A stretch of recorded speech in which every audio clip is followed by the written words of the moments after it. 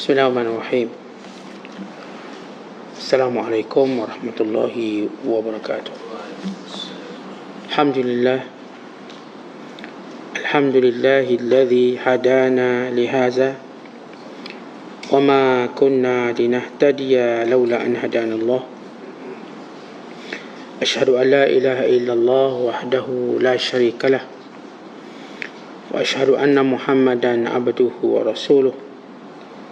Allahumma salli wa sallim wa barik ala sayyidina Muhammad wa ala alihi wa sahbihi ajma'in wa ba'du. Wa qala al-musannifu rahimahullahu ta'ala wa nafa'ana Allahu bihi wa bi'ulumihi fid daraini amin. Telah berkata Imam al-Allamah Syekh Abdul Qadir al-Jilani, semoga Allah Ta'ala merahmatinya dan kita mendapat manfaat serta barakah ilmunya. Wahai hamba-hamba Allah, kamu sekalian masih berada di Darul Hikmah dan kamu masih perlu kepada pengantara. Mohon kepada Tuhan yang kamu sembah supaya mengurniakan kamu seorang tabib yang dapat mengobati penyakit hati kamu, seorang yang benar-benar pintar untuk mengobati kamu, seorang petunjuk yang boleh menunjuki kamu, seorang pemimpin yang boleh memimpin kamu. Dekatkan diri kamu kepada orang-orang yang dapat mendekatkan kamu dan mendidik kamu kepada Allah, orang-orang yang menjadi penunggu dan penjaga pintu Allah Ta'ala. Kamu selama ini sentiasa menurutkan kehendak jiwa kamu dan tunduk pada hawa nafsu dan tabiat kamu. Aku saja yang boleh membetulkan kelakuan kamu dan menunjukkan kamu mana yang buruk dalam agama Allah Ta'ala. Jangan kamu dengar kepada orang-orang yang menggembirakan diri kamu. Mereka sanggup menghinakan diri di hadapan para penguasa dan raja seperti semut. Tidak pula menyuruh pada penguasa itu dengan apa yang diperintahkan Allah dan mencegah dari apa yang dilarang Allah. Dan kalau mereka membuatnya pun, mereka membuatnya secara nifak dan secara bermuka-muka, tidak dengan ikhlas. Moga-moga Allah Ta'ala membersihkan bumi ini dari orang-orang yang sikapnya semacam ini, dan dari sekalian orang munafik, ataupun dia mengampunkan mereka dan memberi hidayah untuk menuju ke pintunya. Muslimin dan muslimat sedang penonton yang dirahmati Allah sekalian, bila Syekh Abdul Qadir menyebut tentang keperluan mempunyai seorang guru, seorang murabbi, seorang mursyid, sebagaimana keperluan orang sakit kepada doktor, sebagaimana keperluan seseorang itu kepada pemimpin ataupun orang yang memberikan manfaat kepadanya. Kalau kita melihat bagaimana Allah Ta'ala menciptakan manusia dengan sifat yang lemah, kemudian Allah SWT memberikan kepada manusia ilmu pengetahuan melalui panca indera yang diciptakan, pendengaran, penglihatan dan juga akal fikiran. Kemudian Allah Ta'ala mengangkat sebahagian mereka mengatasi sebahagian yang lain dengan petunjuk dan hidayah, dengan kemuliaan dan akhlak, sebagaimana Allah Ta'ala membezakan manusia dengan kejadiannya, rupa paras, budaya dan bangsanya. Maka keperbagaian ini supaya kita melihat perlunya kita kepada orang lain, perlunya kita kepada sesuatu yang lain bagi melengkapkan perjalanan kita. Kalau kita lihat dalam kehidupan kita duniawi sebagai contoh, kita perlu seorang yang tunjuk kita, bimbing kita. Kita perlu seorang yang tolong kita, bantu kita, bukan kita wakilkan kepada dia dalam pengurusan diri kita. Umpama contoh, kalau kita sakit, ada tak orang sakit dirawat dirinya sendiri? Ya mungkin pada permulaan dia akan cuba rawat, beli obat kat farmasi sekian-sekian. Dan akhirnya dia perlu memperakui ada orang yang khusus dalam bidang ini. Bila mana kenderaan dia rosak, maka dia perlu baiki. Ya, kalau sikit-sikit rosak, dia pun tahulah baiki. Ke tukar pelak ke, tukar minyak hitam. Tapi bila makin rumit, dia tahu dia perlukan seorang yang lebih mengetahui hal ini. Lalu dia menyerahkan bulat-bulat kenderaannya pada orang ni. Kalau orang ni kata duduk bengkel 2 minggu lah. Sebulan lah. Maka dia sanggup bayar amount berapa pun. Dan kalau seorang dia nak lalu satu jalan, hutan, laut, dia tak tahu jalannya, maka dia tahu ada orang yang tahu jalan ini. Maka dia akan akur dengan penunjuk jalan ini. Mana laluan sekalipun dia akan ikut. Walau mungkin kadang-kala bahaya, kadang-kala sejuk, kadang-kala nampak macam menggerungkan, tapi dia ikut. Demikian juga kita nak makan satu makanan, kita tak reti masak uduh-uduh bolehlah. Lalu kita perlukan seorang yang pandai masak untuk mencukupkan keperluan kita. Secara ghalibnya kebiasaan, kita memang perlukan seorang yang lebih pandai, seorang yang kita akui keahlian, seorang yang kita mengetahui pengalamannya telah menyelesaikan banyak masalah. Lalu yang si sakit tadi jumpa doktor, yang kenderaan rosak jumpa mekanik, yang tak tahu jalan kan cari orang yang mengetahui jalan. Baik, itu kita manusia. Maka jalan yang paling mulia, petunjuk paling mulia, iaitu jalan dan petunjuk menuju kepada Allah SWT. Perhatikan, waktu kita menyebut setiap hari, ihdinas siratal mustaqim, tunjukkan kami jalan yang lurus. Apakah dia berhenti di situ je? Cuba baca ayat sambungannya. Bila kita baca ihdinas siratal mustaqim, kita akan baca seterusnya siratal ladzina an'amta alaihim, iaitu jalan yang orang yang engkau telah beri nikmat kepada mereka. Ghairil maghdubi alaihim, dan bukan jalan yang engkau laknat, engkau benci. Waladdallin, dan bukan orang sesat. Baik, dalam permohonan kita 17 kali sehari dalam solat fardu, merujuk 17 rakaat yang kita solat, yang setiap rakaatnya wajib Fatihah. Bila kita menyebut ihdinas siratal mustaqim, siratal ladzina an'amta alaihim ghairil maghdubi alaihim waladdallin, ya Allah, tunjukkan aku jalan lurus, tunjukkan aku jalan yang lurus. Itu jalan orang yang engkau beri nikmat atasnya. Nikmat apa? Nikmat hidayah. Kan nikmat tertinggi hidayah. Yang nikmat-nikmat yang berkait dengan duniawi ini, dia bersifat sementara. Dia sifatnya bertempoh. Sampai masa nikmat tu tak berguna, sampai masa nikmat tu kita tak guna. Sampai masanya. Nikmat-nikmat yang Allah beri yang berupa hal-hal keduniaan, lama-kelamaan kita tak berguna. Kita dapat kaki, lama-lama jarang guna kaki, jarang dah berjalan. Kita dapat mata, lama-lama mata ni pun tak berapa guna sangat lah, sikit-sikit je guna. Banyak tidur je kita, mungkin. Kita ada otak, akal, lama-lama kita tak banyak dah fikir, sikit-sikit je fikir. Kerja dah set up semua, kita benar nak pencing, fikir sikit-sikit je. Nikmat ni ada, tapi kita dah tak guna, atau dia mungkin dah tak berguna.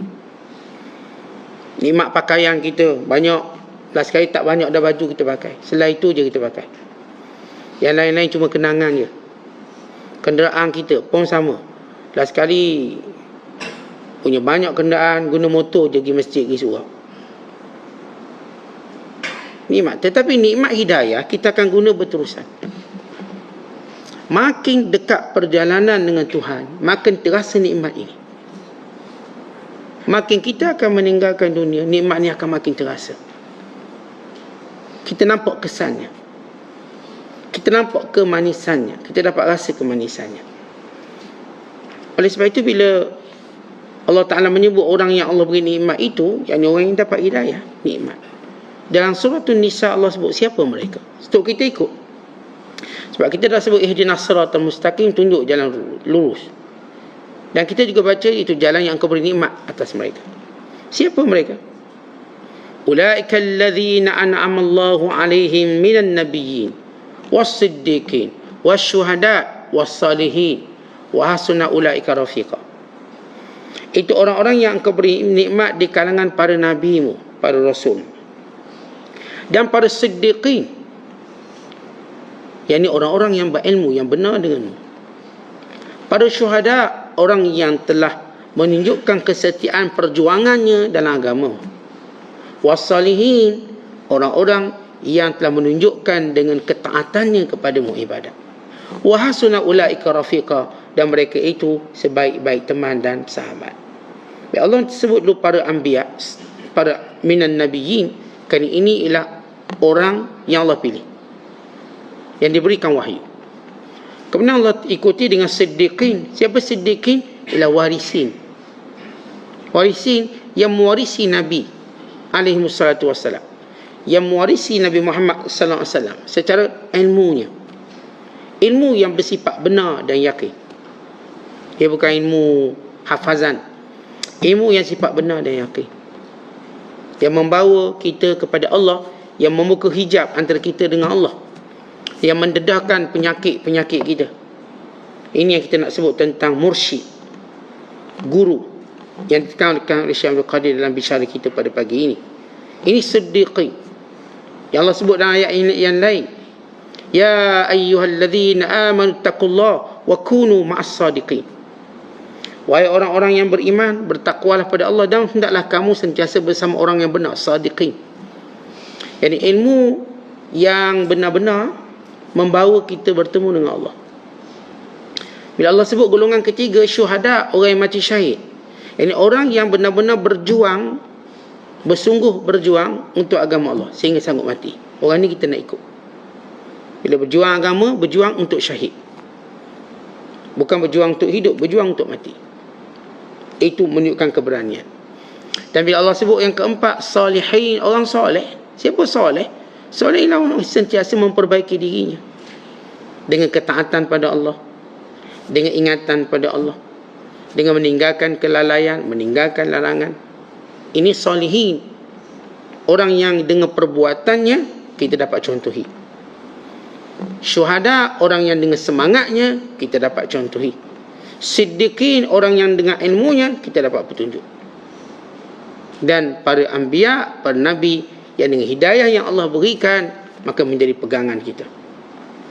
Maka kita perlukan, sebagaimana kata Syekh Abdul Qadir, doktor untuk obat kita penyakit. Kita perlukan ulama-ulama yang bersifat murabbi dan mursyid. Bila kita sebut perkataan murabbi, apa maksud murabbi? Dan terjemahan mudah, pendidik. Murabbi ini artinya yang menjaga, seumpama seorang menjaga benih sehingga menjadi pokok besar. Kita panggil murabbi. Ana rabbaitu zar'a atau rabbaitu al-habbah hatta takuna syajara. Saya jaga benih ni sampai jadi pokok besar. Daripada benih saya ambil, saya pun tanam. Lepas tanam, saya siram. Lepas siram, saya baja dia. Kemudian saya pagar dia daripada benda yang boleh rosakkan dia. Kerana dia masih lemah. Saya ni murabbi, saya tahu dia lemah. Maka saya jaga siang, malam, pagi, petang. Sentiasa tengok. Bila dia mula naik, saya mula buat pagar. Jangan ada yang merosakkannya. Saya mula perhatikan apakah serangga yang ada, yang perlu saya rawat. Ini panggil murabbi. Proses ini, proses tarbiyah kita panggil. Daripada kecil sampai dia besar, pokok boleh bernaung di bawahnya. Maka kita perlukan pada seorang murabbi yang mampu untuk melihat apa dia penyakit kita, untuk melihat mana sesat kita, mana lalai kita. Tentang yang banyak masuk neraka sebab mereka ini terkena penyakit ghaflah, lalai. Yang masuk syurga kerana mereka ini sentiasa zikrullah, ingat Allah. Yang neraka itu sebab dia lalai. Yang masuk syurga sentiasa dia ingat Allah, sebab itu dia masuk syurga. Kerana itu kita tak nak menjadi orang lalai. Kerana Allah sebut dalam Quran, supaya kita tak menjadi orang yang lalai. Allah mencela orang lalai dengan firman-Nya, ulaika humul ghafilun. Mereka lah orang yang lalai. Lalai dalam mengingati Allah. Maksud lalai dalam mengingati Allah, lupa bahawa setiap benda ada hukum, halal haram, dosa pahala. Lupa setiap benda ada tuntutan dan tanggungjawab akhirat kelak. Oleh sebab itu, supaya kita benar-benar mengetahui apa yang Allah Ta'ala kehendaki daripada kita, dan apa penyakit yang boleh merosakkan hawa nafsu kita. Sebab kita tak boleh hidup dengan sekadar ikut apa yang kita nak, dengan tunduk hawa nafsu dan berdasarkan tabiat kebiasaan. Kalau kita perhatikan dalam Quran tentang bagaimana perlu kepada murabbi dan mursyid, Allah Ta'ala sebut dalam Quran dalam surah Al-Kahf, man yahdillah fahuwal muhtad wa man yudlil falan tajida lahu waliyan mursyida. Siapa yang Allah beri petunjuk, maka dia dapat petunjuk, dan siapa yang sesat, maka dia tak akan jumpa lagi waliyan, iaitu mana-mana penjaga mursyidan yang beri dia petunjuk. Tapi Allah sebut perkataan wali yang mursyida. Wali yang mursyida, wali ni maksudnya menjaga. Dia jaga kita. Maka perkataan mursyid pula ditunjuk kita. Jaga dan tunjuk. Umpama seorang yang escort kenderaan orang yang tak tahu nak ke mana, yang dia bukan sekadar tunjuk jalan, dia juga jaga orang ni. Dia perlahankan kenderaan orang ni, perlahankan kenderaannya supaya orang belakang boleh ikut. Kalau ada seperti sesuatu bahaya, dia mungkin bagi hazard, signal, bagi sekian-sekian supaya orang belakang tahu ada bahaya di hadapan. Maka ini wali yang mursyidah yang kita nak. Dalam ayat yang lain Allah beritahu tentang kepentingan orang yang akan mendidik, membawa kita kenal Allah. Kata Allah, wattabi' sabila man anaba ilai. Dan surah Luqman kata Allah, ikutlah jalan orang yang kembali kepada aku. Kita tengok orang yang sudah terbukti kembali pada Allah. Dia dah berjaya tinggalkan yang haram. Dia dah berjaya tinggalkan syahwat. Dia dah berjaya tinggalkan kebiasaan. Dia berjaya mujahadah. Dia berjaya melaksanakan perintah Allah. Maka orang ni kita nak jadikan ikutan. Sebab tu kata para ulama, bila kita ada hak untuk menguji guru kita. Ada hak. Sebelum kita memilih dia untuk tunjuk jalan betul. Maka cara yang mudah pertama, kalau ia melazimi Quran dan Sunnah, maka ikut dia. Falyalzamhu. Bagaimana kata Syekh Ibrahim Bajuri, Syekhul Azhar pada zaman dia, bila beliau menyatakan, bila kita nak memilih mursyid, murabbi, lihat, bila dia benar-benar irtizam dengan Quran dan Sunnah, falyalzam lahu. Falyalzamhu, maka kita melazimi dia. Macam mana saya nak tahu dia ikut Quran Sunnah? Saya pun tak tahu Quran Sunnah tu. Kita akan lihat kesungguhan dia ke arah mana dalam pendalilan dia. Dia sendiri meletakkan disiplin dia, bahawa dia tak akan buat sesuatu melainkan dengan perintah Allah atau perintah Nabi SAW. Dia tidak menjauhi sesuatu melainkan dengan perintah Allah atau perintah Nabi SAW. Itu yang dibicarakan, itu yang diingatkan, dan itu yang dilakukan, itu yang ditulis, itu yang dinasihati. Maka kita melazimi dia. Kita anak murid, ia berhak untuk uji, untuk guru, untuk melihat keahlian dia, untuk melihat penguasaan, untuk melihat sifat dia. Kenapa yang dicakap sama dengan perbuatan, maka dia adalah mursyid. Dan kalau ilmu itu, ilmu tidak yang sentiasa disampaikan tanpa masa, maka ia mursyid. Kalau kita lihat antara sifat guru mursyid, ilmunya setiap masa. Dia tak akan ada, oh masa ni je berilmu, masa lain tak ada. Kerana ilmu tu kehidupan dia. Ilmu itu bukan benda yang pekerjaan dia. Kalau nama pekerjaan pada waktu itu, maka nampak ilmu. Lepas tu hilang ilmu. Ilmu ialah kehidupan. Sehingga dalam semua tindakannya ilmu kan dia kehidupan. Dia bukan hafazan. Dia juga bukan petunjukan. Dia ialah amalan dia. Ilmu itu menjadi wirid dia. Ilmu itu menjadi rohnya. Ilmu itu umpama air dalam tumbuhan, umpama cahaya matahari. Maka itulah sifat ilmu dia. Dia bukan ilmu bermusim. Dia melazimi Quran, berperbuatan sama dengan ilmunya, dan dia seorang yang sentiasa menyampaikan ilmu dalam apa situasi pun. Nabi SAW ini ketua kepada guru mursyid. Apa yang Rasulullah SAW lakukan dalam kitab Ar-Rasulul Mu'allim, wa asalibuhu fi ta'lim oleh Syekh Al-Fattah bin Ghuddah.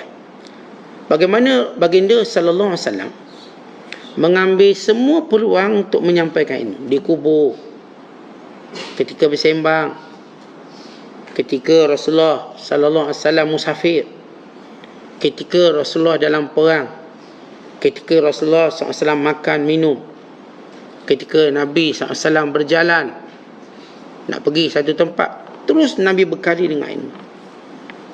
Ini bila Abdullah bin Abbas menunggang keadaan Nabi SAW, Rasulullah memboncenginya duduk belakang, tengah menunggang, tengah drive. Kalau kita ini tengah drive, lalu kata Nabi SAW, ya gulam, budak, hai anak tercinta, ni aku nak beri kamu ilmu sikit. Beri ilmu. Ihfazillah yahfazka, ihfazillah tajidillah tujahaka. Jaga Allah, Allah jaga kamu. Jaga Allah, Allah sentiasa bersama kamu. Dan ketahuilah kalau umat ini berhimpun untuk beri manfaat, tidak boleh beri manfaat melainkan dengan izinnya. Kalau mereka berhimpun untuk mendatangkan mudarat, tidak boleh beri mudarat melainkan dengan izinnya. Telah tercatat apa yang telah ditakdirkan, telah muktamad apa yang telah ditentukan. Rufa'al qalam wa jaffatis suhuf. Diangkat kalam, telah kering dakwat. Maksudnya telah muktamad apa yang telah ditentukan. Ya, ini budak kecil. Rasulullah menyampaikan ini. Kata Abdullah bin Abbas, ketika mana aku duduk makan bersama Nabi SAW, maka aku cepat nak makan sebab budak, dia nak makan cepat. Nabi kata, ya gulam, samillah wa kul biyaminik wa kul mimma yalik. Wahai anak yang tercinta, baca bismillah dulu, makan tangan kanan, makan yang dekat-dekat. Walau ketika makan, tak ada pula Nabi panggil main meja pada speaker nak ceramah sikit. Tak ada. Pada situasi itu, ilmu. Dalam ketika Rasulullah SAW musafir, ilmu. Maka ini kehidupan orang-orang mursyid. Mereka hidup dengan ilmu. Mereka bukan ilmu bermusik. Maka bila kita nak melihat guru yang kita perlu jadikan petunjuk, doktor yang perlu jadi perawat kepada kita, penunjuk jalan kita, mesti mereka ada sifat. Iltizam mereka dengan Quran dan sunnah Nabi sallallahu alaihi wasallam. Ilmu mereka sama dengan amal mereka. Ilmu itu dalam kehidupan mereka. Yang mereka sentiasa hidup dalam ilmu. Hidup dalam ilmu senantiasa. Umpama kalau seorang diminat sesuatu, dia sentiasa ada benda tu bersama dia. Orang main golf, di kat mana pun belakang kereta, bonet kereta dia tu ada batang-batang golf. Dia tunggu jumpa padang je, siap jalan. Dia sentiasa bersedia untuk main. Contoh, orang minat mengair, dalam kereta dia tu mesti ada jurang dia. Pantang jumpa air, dia pun baling. Kenapa? Itu menjadi kebiasaan dia. Orang berilmu juga begitu. Pantang melihat kejahilan, ditegurnya. Pantang melihat kesalahan, diperbetulkannya. Pantang dilihat kemungkaran, melainkan dicegahnya. Kan itu sifat orang berilmu mursyid. Dan dia benar dalam tutur katanya. Jadi bila antara tanda guru mursyid, dia bukan jenis kita kata jaga hati orang, jaga kedudukan, jaga kepentak. Dia benar dalam tutur katanya. Dia cakap betul. Mungkin kita terkena, mungkin kita terbalung, terpukul. Ya, kan itu kebenaran. Kebenaran umpama satu cemeti yang dipukul di belakang seseorang. Itu kebenaran. Sehingga orang tu terasa untuk dia bertindak lepas tu. Tentang kita, kalau orang rotang atas belakang, kita pun rasa sakit. Untuk kita berfikir apa salah kita. Dan untuk kita menjauhi rotan kali yang kedua, jangan lagi kena rotan. Jadi kalau ilmu tu betul, bila disampaikan pada kita, dia macam satu sebatan atas belakang kita. Allah, saya salah, saya silap. Dia nampak. Kenapa? Benar dia. Memang benar itu menyakitkan. Sebab itu disebut dalam hadis, kul haq walau kana murra, katakan benar walau pahit. Sebab itu disebut oleh Imam Ibn Jauzi rahmatullahi alaihi. Bila mana kita dengar duduk majlis ilmu, kita datang rasa sedar, insaf. Kenapa? Kerana majlis ilmu yang benar umpama sebatan. Bila disebat memang terasa. Lepas lama hilang rasanya. Lalu lalai kembali. Waktu duduk dalam majlis ilmu macam kena sebab. Memang terasa sakit dia. Ini sifat golongan atau guru mursyid. Bila kita dah melihat pada ujian kita tadi pada mereka, maka mereka perlu menjadi salah seorang daripada orang penting dalam hidup kita. Orang penting kalau kita dalam otak kita. Kalau sakit dah nampak doktor mana nak pergi, hospital mana nak pergi, nampak. Kalau tak ada duit, nampak terang dah nak minta dengan siapa. Kalau ada benda yang menakutkan, ada jenayah, dah nampak dah nak call siapa, polis ke, bomber ke. Kita dah sedar.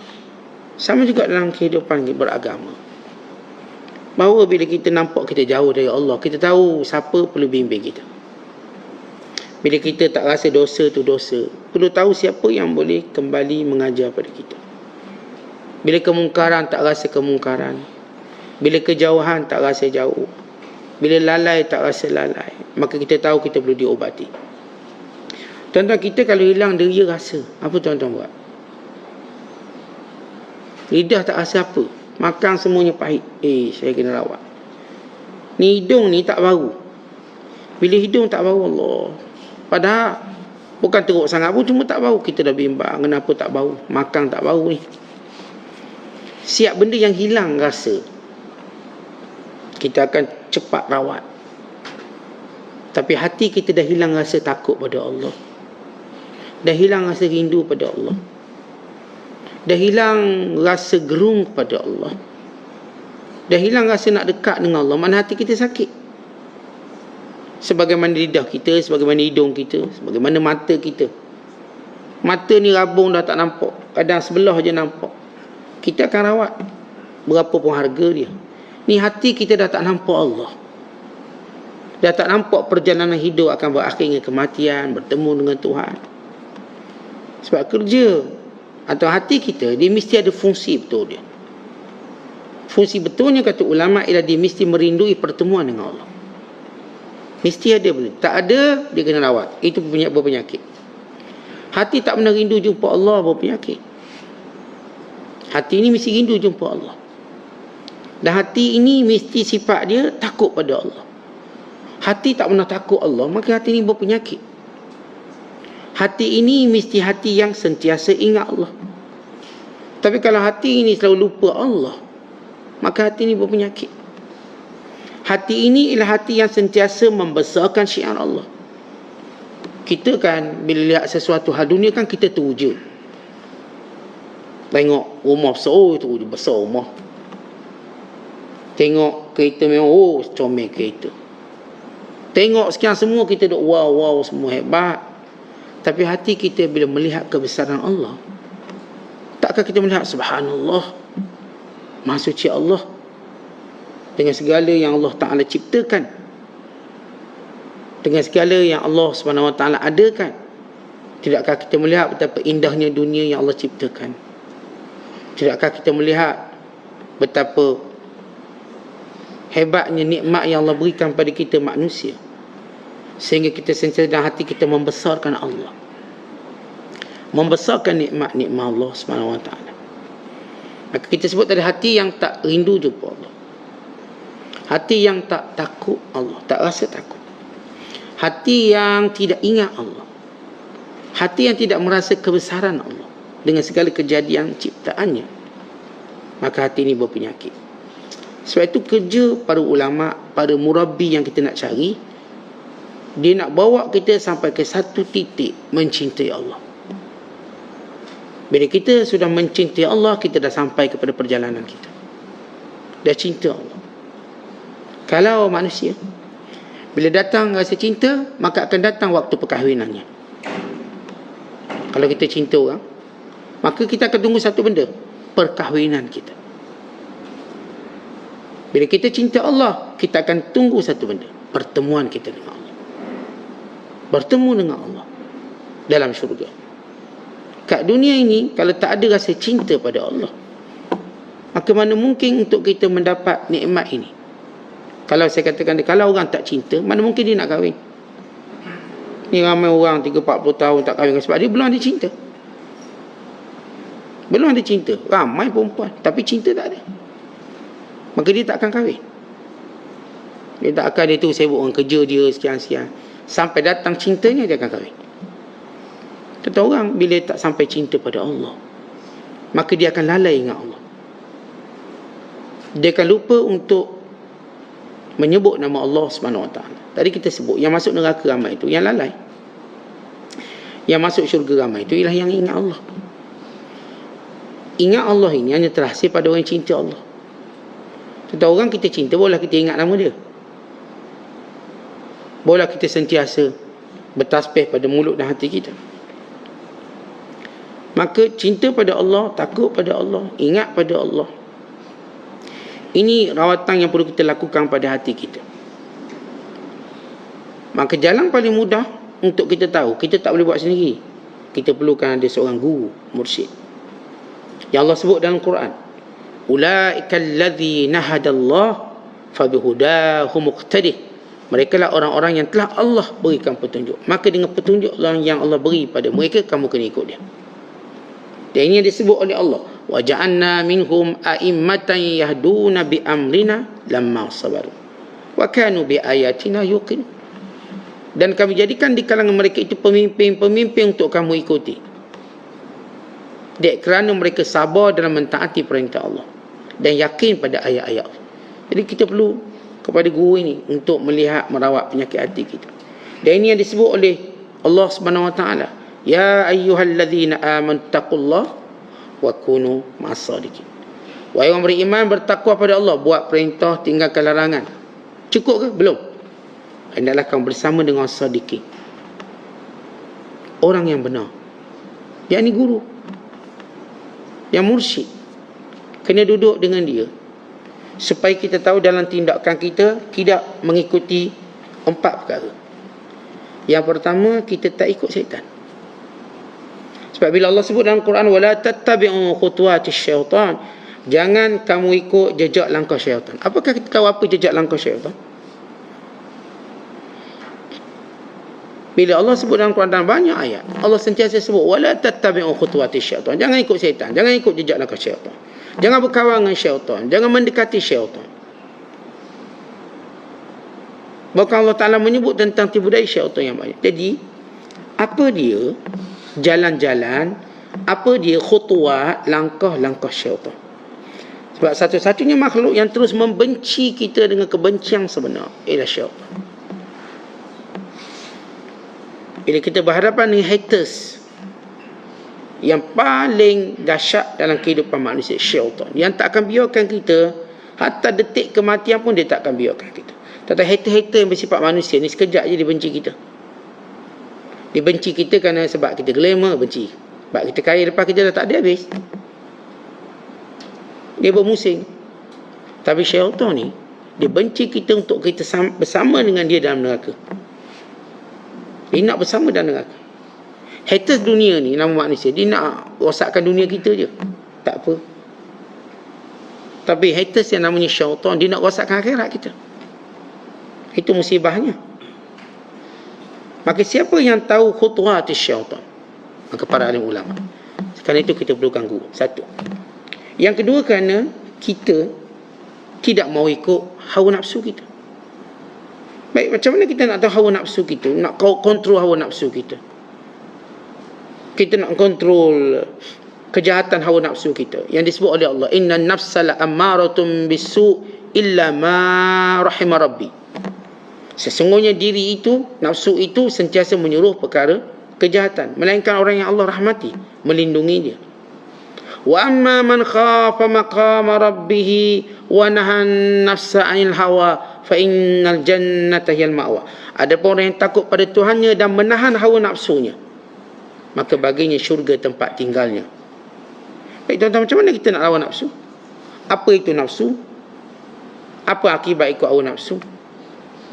Yang kita kadang-kadang sebut, jangan ikut nafsu. Ni ikut nafsu lesu kita. Ikut nafsu musnah kita. Macam mana kita nak tahu perbuatan itu memang ikut nafsu? Dalam makan minum kita namanya ikut nafsu. Dalam bisnes, dalam pekerjaan namanya ikut nafsu. Dalam pergaulan kita namanya ikut nafsu. Dalam percakapan kita, awak ni bercakap jangan ikut nafsu. Maka ini yang diketahui oleh guru-guru kita. Yang ketiga, sebab kita nak halang diri kita daripada mengikut kebiasaan. Kita tak boleh ikut kebiasaan, kita tidak boleh tunduk pada kebiasaan. Banyak mana kebiasaan itu menyalahi syariat. Contoh kita raya. Biasa raya buat apa raya? Salang lelaki perempuan raya. Biasa raya buat apa? Main mercung sah. 1 lekor, 2 lekor, 7 lekor, sampailah lingkup. Habis duit kita. Beli sana, beli sini. Itu kebiasaan. Syariat ajar kita macam mana nak sambut Ramadan, macam mana nak sambut raya. Kita ikut kebiasaan. Masuk kebiasaan orang ramai buat macam tu. Kita kalau tak buat macam tu canggung. Kan manusia dia akan ikut orang ramai. Yang kita sebut hari ni trending. Yang hari ni kita sebut viral. Orang pakai tenggolok, kita pakai tenggolok. Tu baru tengok satu filem. Terus datang solat subuh pakai tenggolok, hilang kopiah. Apa? Semangat Melayu dah naik. Dah tenggolok pergi pasar pakai tenggolok. Pergi mana-mana pun. Baju raya pun tenggolok juga. Sebab ikut trending. Jadi trending mana yang menyalahi syariat, mana yang tidak. Sebab manusia saya katakan ialah makhluk yang cepat mengikut. Cepat mengikut. Syaitan ataupun makhluk nama binatang dia tak cepat mengikut. Kita manusia ni paling cepat mengikut. Datang satu lagu, kita boleh ikut semua lagu tu. Datang satu bentuk fashion, ikut semua fashion tu. Datang satu bentuk semangat ni, ikut semua benda tu. Itu perangai kita. Benda-benda trending cepat merasuk jiwa kita. Benda-benda yang happening cepat mendominasi hidup kita. Lalu kita lihat anak-anak kita hari ni. Trending dia pakai tudung macam ni. Dia tak nak dah pakai tudung macam orang dulu. Dia kata ni tua. Kami trending tudung baru. Yang tudung main belik sana, belik sini sampai curut leher. Trending dia, warna-warni trending dia. Anak-anak muda kita. Dia dah duduk satu zaman yang pakaian kita tak jadi macam pakaian mereka. Dia jadi trending. Dulu tuan-tuan, kita ceritalah. Nombor pelik ni, orang tak kisah nombor pelik berapa. Asal kereta tu ada enjin sudah. Hari ni trending tak? Dia mesti nombor pelik lain. Itu trending kita panggil. Dulu orang pun tak kisah warna apa. Kita kalau boleh kereta zaman dulu lah, kira warna tak ada kereta dah okey. Tak ada orang pilih warna. Itu colour kereta satu je tu, 1, 2. Sekarang jangan colour pun orang fikir. Kenapa dah jadi trending? Dia dah beli colour warna ni, dia pun cat warna lain pula. Baik, kita nak tahu. Kita tak kata semua benda yang kita trending ni salah, tidak. Dan kita juga tak kata betul. Tapi macam mana nak tahu betul atau salah? Maka kita perlukan guru yang ajar kita trending ni boleh tak boleh. Dia macam jenis apa ni, trending TikTok mesti menari. TikTok mesti ada muzik. Mesti itu trending dia. Jadi kita nak pilih mana betul, mana salah. Jangan tersilap pilih. Dan yang keempat, kerana dalam diri kita ni, kita akan dipengaruhi oleh kawan terdekat dengan kita.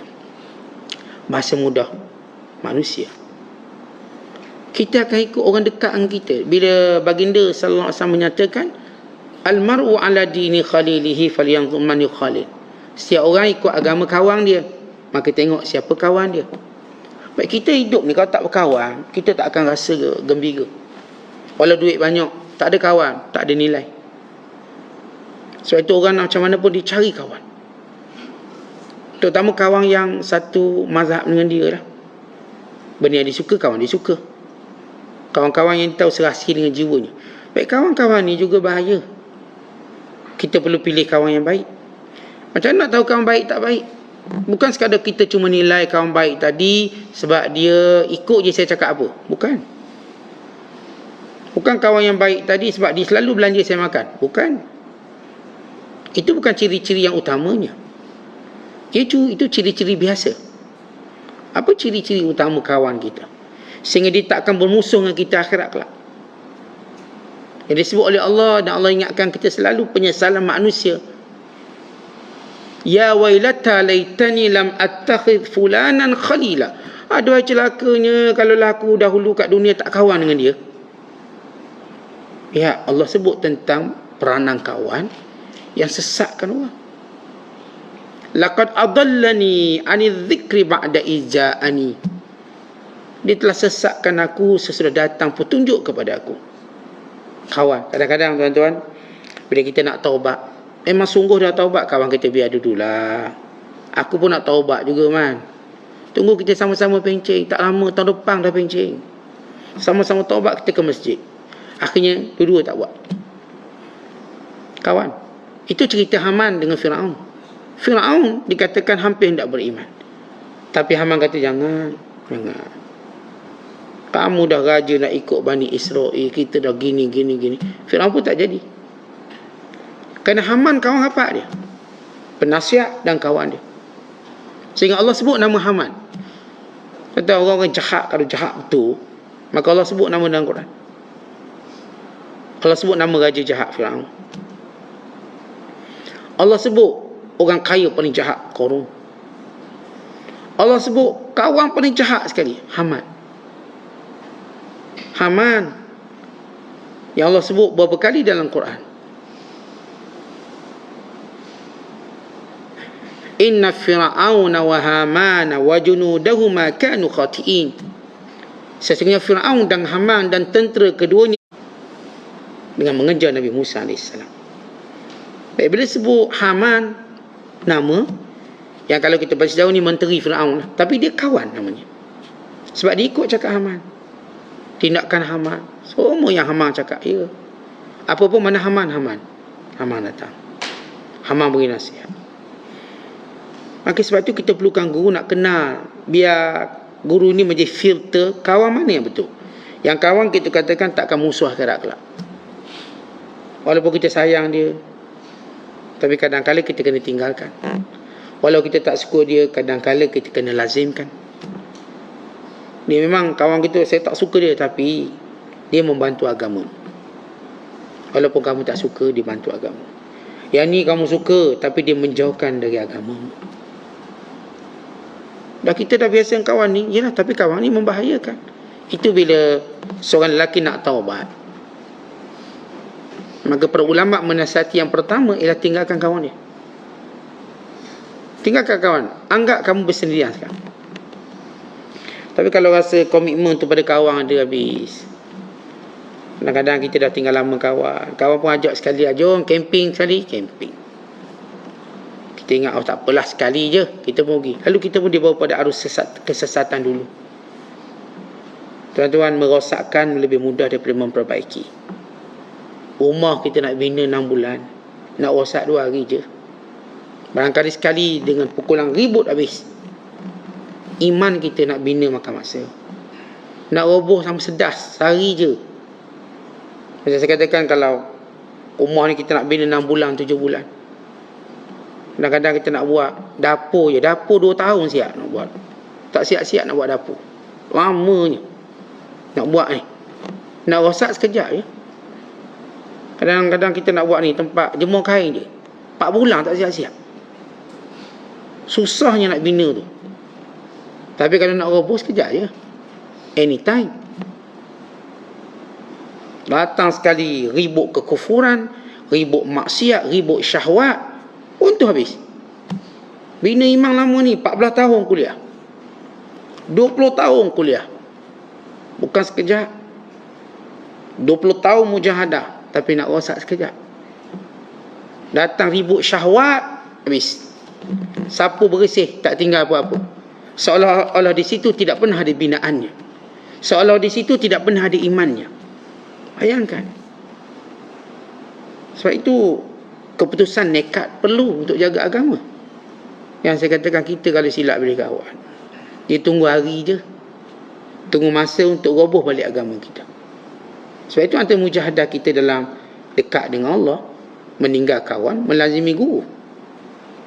Sebab itu cara untuk kita selamat. Tidak habis kita terbalik, tinggal guru, lazimi kawan. Itu kalau bergaduh dengan guru, dia ikut kawan dia. Dia bukan nak ikut guru, dia habis. Sekali sapu bersih, tak ada. Sebab 4 perkara ini kita perlukan guru yang tahu mendidik kita. Kerana kita ada syaitan, permusuhan, langkah-langkah yang banyak, kita tak tahu perangkat kat mana, jerangkat samanya kat mana. Kita perlukan guru. Biar guru kita beritahu ini tipu dari syaitan, ini talbisul syaitan, talbisul iblis, ini kekeliruan iblis. Biar kita tahu bahawa ini syahwat yang membinasakan. Biar kita tahu ini satu trending, satu tabiat yang tak betul. Walau ramai manusia buat, terutama dalam perkara-perkara yang dinisbahkan pada agama, yang kita kenali sebagai bid'ah. Ramai orang buat ni. Jangan terpedaya. Hatta kalau ramai orang buat, kita melihat pada kebenaran. Kita melihat pada nilai yang sebenar, supaya kita tak terjebak. Akhirnya wujud ajaran sesat. Dah puluh orang mengaku Mahdi. Ramai yang teka kejadian yang akan berlaku nanti. Masing-masing nak tunjuk dia lebih. Dia go forward, ilmunya ke depan. Nanti akan berlakulah bala pada sekian bulan. Ini semua orang-orang yang cuba menipu kita. Dijangkakan bulan depan akan berlaku sekian-sekian. Mungkin Dajjal akan keluar, kerana suaranya kita dah dengar. Tok guru kita pernah mimpi Dajjal keluar. Dia punya otak lain macam. Sebab kita dah sebut guru benar, dia irtizan dengan kepada dalil dia. Kita ada dalil. Kalau cerita kiamat, dia ada kronologi dia. Dia bukan kiamat selepuk macam tu. Dia ada kronologi. Siapa keluar dulu, apa alamatnya dulu, apa tandanya dulu. Dia kalau perempuan nak beranak, tak ada tu beranak selepuk keluar. Dia pun ada kontradik dia berlaku. Dia ada kontras dalam perut dia. Dia mula sakit, dia mula sekian. Tanda tu maklum. Doktor kata, kita tengok lah, kalau sakit tu 2-3 minit sekali baru datang jumpa saya.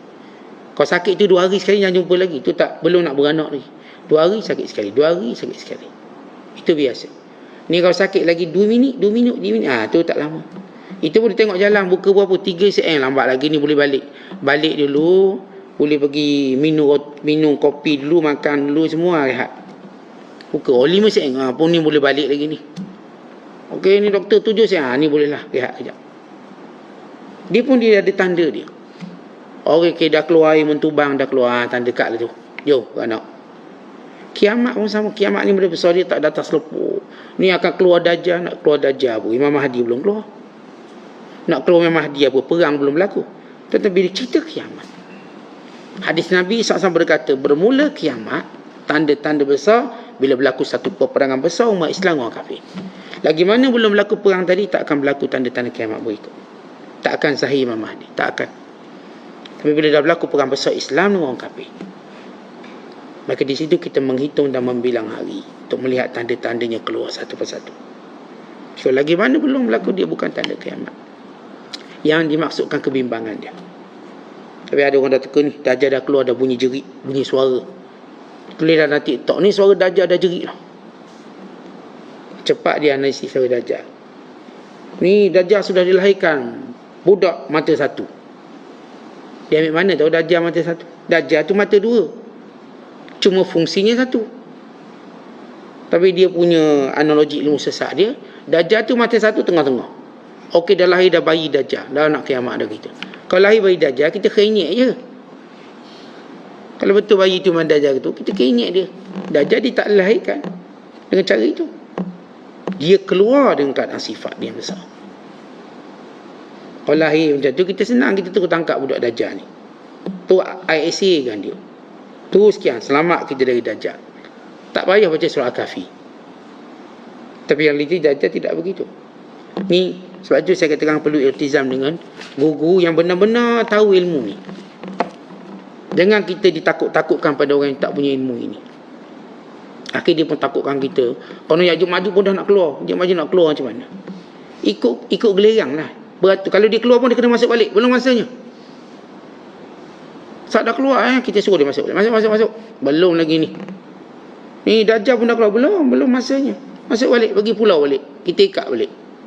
Maksudnya ialah siap benda ada waktu dia. Siap benda ada waktu. Maka jangan tertipu dengan orang cuba kita katakan cuba mengeksploitasi masa. Cuba mengeksploitasi masa dengan tekaan ramalan masa depan. Kononnya dia nak tunjuk ilmu dia lebih ke depan. Saya yang duduk ramai, corona berlaku. Dia punya nak beritahu. Tak payah nak tunjuk lebih di situ. Jangan menjadi peramal. Iltizam dengan hadis Nabi SAW. Kalau ada Rasulullah beritahu, ya. Bila Rasulullah kata bahawa umat Islam akan menguasai kota Konstantinopel, ya, itu Rasulullah beritahu. Rasulullah SAW tidak meramal, dia baginda beritahu berdasarkan apa yang Allah wahyukan.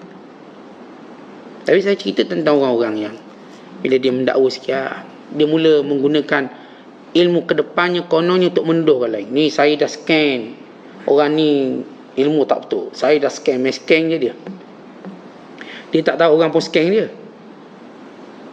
Yang ada kita jumpa orang-orang yang kononnya dia seperti tahu ilmu hakikat. Dia cerita scan dia. Saya dah scan dia ni amalan ajaran sesat. Oh, scan. Saya dah scan orang ni, dia ni ada bela hantu raya. Dia scan, semua scan, pakai tangan scan. Bila ada anak murid saya seorang ni ada ilmu scan. Macam doktor mula scan, kata nak. Oh, ni ada sakit buah pinggang. Ni ada sakit ni, sakit ini scan. Sebab dia ada gerak sini. Saya kata tak payah beramai ilmu tu, bohong. Kalau sekiranya benar untuk sesatkan awak, tinggal ilmu scan-scan ni. Tak payah membodohkan diri sendiri. Kalau ada scan ni, tengok ni, oh scan. Ni benda ni tak boleh makan ni, saya dah scan ada babi. Oh, senangnya dia. Kalau kita scan ni pula, kita kata awak pun sama, dalam otak awak ada babi, kena buang ni. Dia pakai scan, dia tak pakai dalil ni. Dia scan orang ni, kata orang sesat. Scan orang ni, duk main scan je. Ilmu scan saya. Kan ni puak-puak kita katakan ilmu dajjal belaka. Kalau kita nak kata sesuatu, kita perlu ada dalil, bukti. Kalau semua orang cakap macam tu, semua orang boleh tuduh benda yang sama. Semua. Kalau setiap orang boleh berkata apa yang dia nak kata, bagi siapa orang yang terselamat daripada kata-kata nista fitnah manusia? Lepas tu dalam Islam ada satu istilah kita sebut fitnah. Bila mereka cakap tanpa dalil. Awak fitnah, awak bohong. Macam mana pun awak kata dia hebat, saya scan dia bela hantu raya. Gini, kalau awak tak ada dalil dia bela hantu raya, sekadar awak kata scan, dia pun boleh kata yang sama. Dia scan awak, dia pun kata awak ni bela 2 ekor hantu raya, lagi banyak. Jadi mana penyelesaian dia? Sebab itu Allah turunkan syariat supaya kita tidak wasangka.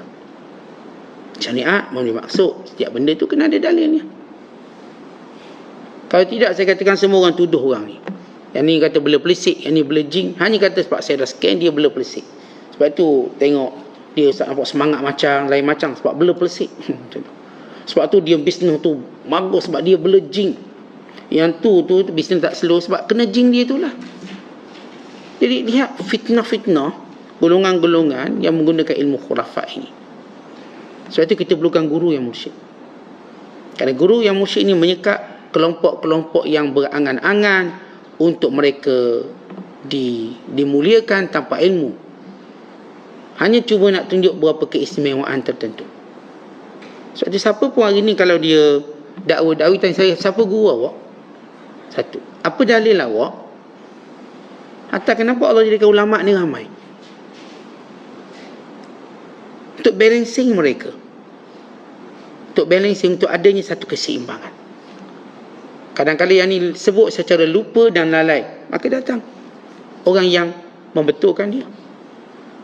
Bila dia kata kita sebenarnya ni roh orang dulu masuk dalam roh badan kita, roh dia kata begitu secara kesilapan yang jelas, kesilapan fatal yang agak ketara.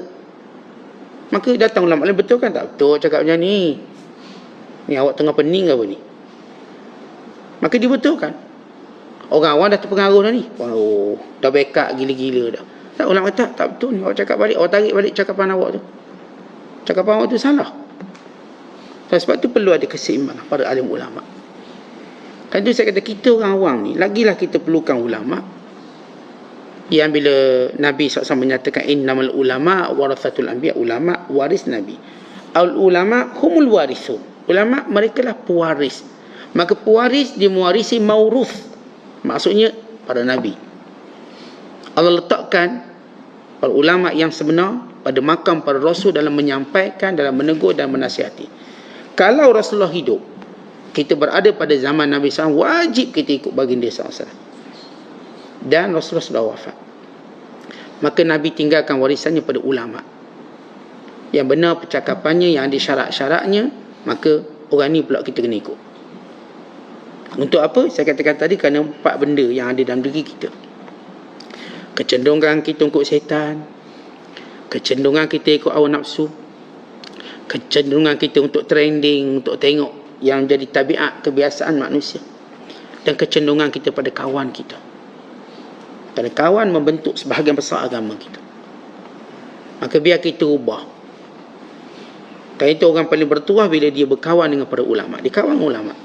Sebagaimana sahabat berkawan dengan Rasulullah sehingga mereka bernama sahabat. Maka mereka telah pilih sahabat yang baik. Dan sahabat ini bersahabat dengan sahabat sehingga mereka menjadi keturunan yang baik atau generasi yang baik. Kita pun sama. Kalau kita masih lagi waktu kita baik, kita masih ada kawan-kawan yang belum melakukan kebaikan, kalau kita ikut dia tanpa kita kuat, kita akan masuk balik. Tetapi bila masuk, macam saya sebut tadi lah, nak siap dapur tu 2 tahun belum tentu siap. Nak roboh, kelip mata boleh roboh. Nak siap rumah, kadang-kadang 5 tahun tak siap. Tapi nak suruh roboh, sekejap je. Jangan tersilap, jangan, yang disebut dalam istilah ulama, inzilaq. Jangan tergelincir. Bila inzilaq, kalau gelincir kereta api tu boleh angkat balik gerabak. Tetapi bila kita gelincir, memang payahnya nak kembalikan.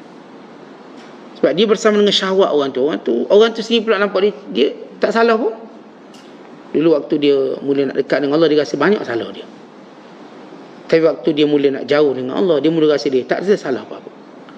Walau yang dibuat tu terang-terang salah pun, dia tak nampak salah. Dia dah tak pergi masjid sekarang, dia tak pergi surau sekarang, dia tak solat jemaah sekarang, tapi tak nampak salah. Dia tak belajar sekarang, dia tak nampak salah. Dulu dia nampak semua benda tu salah, maka dia pun baiki diri dia. Dan hari ni bila dia berlaku apa yang disebut oleh ulama inzilaq, tergelincir, semua benda kebaikan yang ditinggalkan itu dia tak nampak salah pun ditinggalkan. Maka ini berada pada tahap yang teruk. Kalau macam ni teruk. Tetapi orang kalau sakit, dia tak ngaku dia sakit berat ni. Dia memang tunggu mati mengejut je ni. Dulu dia rasa dibimbangkan sakit tu, dia pun rawat. Hari ni ternyata dia sakit tu, dia tak ngaku sakit tu. Nanti dia ada sakit tu, tapi tak ngaku. Akhirnya dia akan datang kematian mengejut. Sama juga dalam bab iman, kita tak rasa iman kita sakit, perlu diperbaiki, perlu kita dengar nasihat-nasihat orang. Kemudian Syekh Abdul Qadir ingatkan kita satu benda. Jangan kamu dengar orang yang cuba mengembirakan kamu, bukan menakut-nakutkan kamu. Maksudnya, jangan kamu dengar orang-orang yang cuba menjadikan agama kamu ini mudah, dengan kira mengambil mudah. Dan mereka ini, kata Syekh Abdul Qadir, sifat mereka bila di hadapan penguasa, hina diri mereka. Sebab mereka ikut pada penguasa. Mereka tak cegah kemungkaran pada penguasa. Mereka ini bersifat munafik dengan penguasa. Orang macam ni, kalau ulama macam ni, jangan kamu dengar dia. Sebab ini orang-orang yang sudah menjual agamanya. Bila dia duduk dalam pintu pemerintah dengan maksud, dia tak tegur kemungkarannya, dia tak tegur kesalahannya, dia melihat benda tu untuk dibelanya. Bila sampai peringkat itu, teruk. Tapi bukan benda tu satu tuduhan yang dipergunakan oleh orang, tapi hakikat. Maksudnya benar. Kita tengok orang ni, atas nama ilmu agamanya, dia membenarkan kezaliman pemerintah. Dia membenarkan kejahatan pemerintah. Pemerintah bunuh rakyat pun dia kata betul boleh. Pemerintah ada hak bunuh rakyat sebab rakyat tu lawan dia. Begitu fatwa dia, membahayakan. Sebab dia nak jaga pemerintah. Pemerintah kata kena ubah hukum tu, hukum ni, kita ubah. Dan mereka mencari dalil baru. Maka kata Syekh Abdul Qadir, jangan kamu duduk dengan orang yang mengembirakan dunia kamu semata-mata. Yang kerja mereka ini mengampu pada penguasa. Dan nampak hina seperti semut depan penguasa. Kalaupun mereka tegur mereka bersifat hipokrit. Tidak sebenarnya. Tidak tegas sebagaimana patut mereka tegur, sebagaimana tegas mereka menegur orang lain. Sampai kat pemerintah, tegurnya lain macam sikit. Tapi yang lebih teruk pada itu, bila mereka menyeleweng hukum yang sedia ada. Akhirnya kita tengok, berani pada pemimpin buat maksiat. Sebab ada ulama yang menyokong dia. Ada ulama menjustifikasikan perbuatan dia. Akhirnya dia kata okey. Akhirnya dia pun bina patung. Dia pun buat tugu. Sebab ada yang kata tak apa, okey, kita bukan sembah patung tu, kita jah peringatan. Akhirnya negara kita ada patung banyak atas nama peringatan. bukan untuk sembahan. Kenapa? Kerana ada ulama jahat yang membenarkannya, yang beri fatwa kata tak apa, patung kita minta apa, sebab bukan kita sembah, kita cuma nak letak je. Lihat, fatwa itu dah bercanggah dengan apa yang telah disepakati oleh para ulama, apa yang dinaskan oleh hadis Nabi SAW. Dan kita dah terbiasa, maka benda itu dah jadi biasa. Maka ini kemungkaran yang berlaku disebabkan juga kerana ada ulama pengampu. Bukan sekadar kerana ada syaitan, hawa nafsu, kerana kebiasaan orang ramai, juga kerana kawan, juga kerana adanya ulama jahat yang dikenali sebagai ulama usu, ulama yang tak baik, yang mereka ni nak dunia. Atas nama mereka nak dunia, mereka jual fatwa sebagaimana berlaku pada orang Yahudi dan Kristian. Cuma bezanya apa? Beza dalam Islam akan tetap ada ulama yang benar, akan tetap ada sampai hari kiamat. Adapun Kristian dan Yahudi tiada jaminan itu. Akhirnya Taurat diubah. Kita memang ada, tapi Quran tak pernah diubah. Hadis Nabi SAW tak pernah diubah. Walau bagaimana ada ulama jahat yang memihak kepada pemimpin zalim dan jahat, tapi mereka tak mampu untuk ubah Qurannya, tidak juga hadisnya. Kenapa? Kerana sentiasa ada ulama yang benar. Pertembungan yang disebut oleh Dr. Abdul Aziz Badri dalam bukunya, pertembungan ulama dengan pemerintah dan ulama dengan ulama jahat yang menyokong pemerintah, itu pertembungan yang akan berlaku sampai hari kiamat, bertembung. Tapi apa kelebihan umat Islam? Kalau saya kata Yahudi Kristian, ulamanya dia tak bertembung yang pelan benar, pelan salah, tak.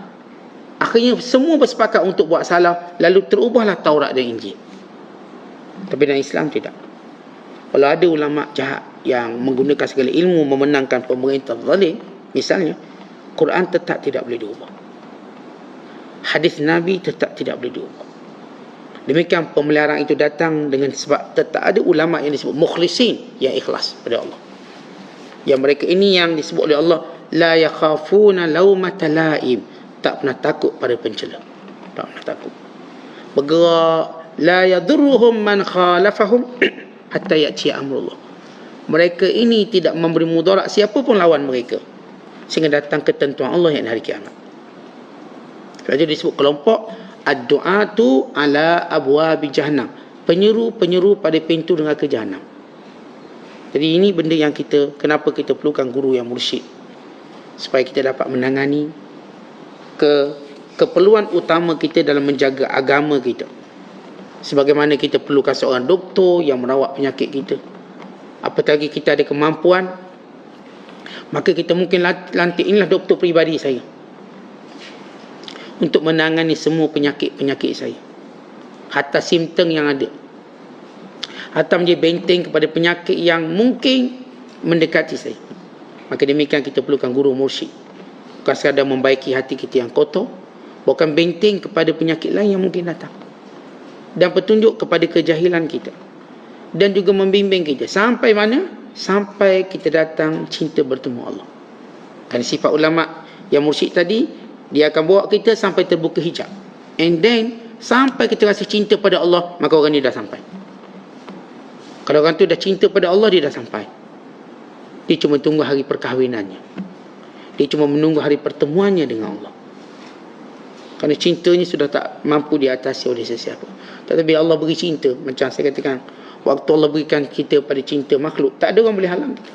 Itu terus nasi lemak daun bidara, tu tengok mak tinggal saudara, macam itulah orang kita lah. Datang je cinta, habis. Yang lain semua kita nampak tidak boleh menghalang. Pergi mana pun kita sanggup. Apatah lagi cinta pada Allah. Ketika itu tiada benda yang boleh menghalang cinta pada Allah. Tidak dunia kita, tidak manusianya, tidak syahwatnya, apatah lagi syaitannya. Ini kerja utama guru mursyid, menanamkan rasa, membawa anak murid dia sampai cinta pada Allah. Lagi tak sampai, lagi tu kita berusaha sampai datang cinta pada Allah. Kerana benda ni tetap akan Allah berikan, tetap kepada orang yang berusaha. Kalau dia tak sampai waktu mana dia sihat, maka nanti bila datang sakitnya dapat. Atau dia tak dapat even masa sakitnya, dia akan dapat pada waktu Allah membuka hijab kematiannya. Dia akan dapat rasa cinta pada Allah Sebagai disebut dalam hadis Nabi SAW, man ahabba liqa Allah, ahabballahu liqa'ahu. Siapa yang cinta untuk bertemu dengan Allah, Allah cinta bertemu dengannya. Kerana ketika mana orang mukmin dekat nak mati, Allah buka hijab, Allah menampakkan syurganya, Allah menampakkan berita gembiranya, datang malaikat mengucapkan tahniah padanya, datang rakib dan atid mengucapkan tahniah juga padanya. Ketika itu dia nak bertemu dengan Tuhan, rindu dia. Maka inilah yang akan dirasai oleh setiap orang yang berusaha untuk mendekatkan diri pada jalan Allah Ta'ala. Wallahu bissawab. Assalamualaikum.